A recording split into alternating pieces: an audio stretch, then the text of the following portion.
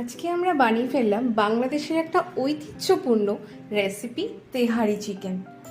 যেরকম চিকেন কষা হয় সেরকমভাবে করে নেবে, কেউ বড় বড় চিকেনের পিসও দিতে পারো। আমি চিলি চিকেনের মতন কেটে নিয়েছিলাম মাংসগুলোকে।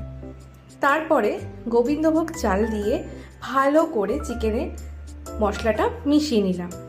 এরপর যখন মশলাটা পুরো মেশানো হয়ে গেল, লাস্টে আমি দুধ দিলাম। 1 কাপ দুধ, আমি 3 কাপ মতন চাল দিয়েছিলাম, তাই আমি 6 কাপ জলের পরিমাণ উইথ দুধ দিলাম। এরপরে ভালোভাবে মেশানো হয়ে গেলে ঢাকা দিয়ে রেডি করে নিলাম, আর নামানোর আগে সামান্য ঘি ছড়িয়ে রেডি হয়ে গেল। আর আমি এটা খেয়েছিলাম চিকেন কষার সাথে, দারুণ হয়েছিল। তোমরাও কিন্তু বাড়িতে ট্রাই করো, আর অবশ্যই ভালো লাগলে লাইক, কমেন্ট অ্যান্ড সাবস্ক্রাইব করো আমার চ্যানেলটাকে। টাটা।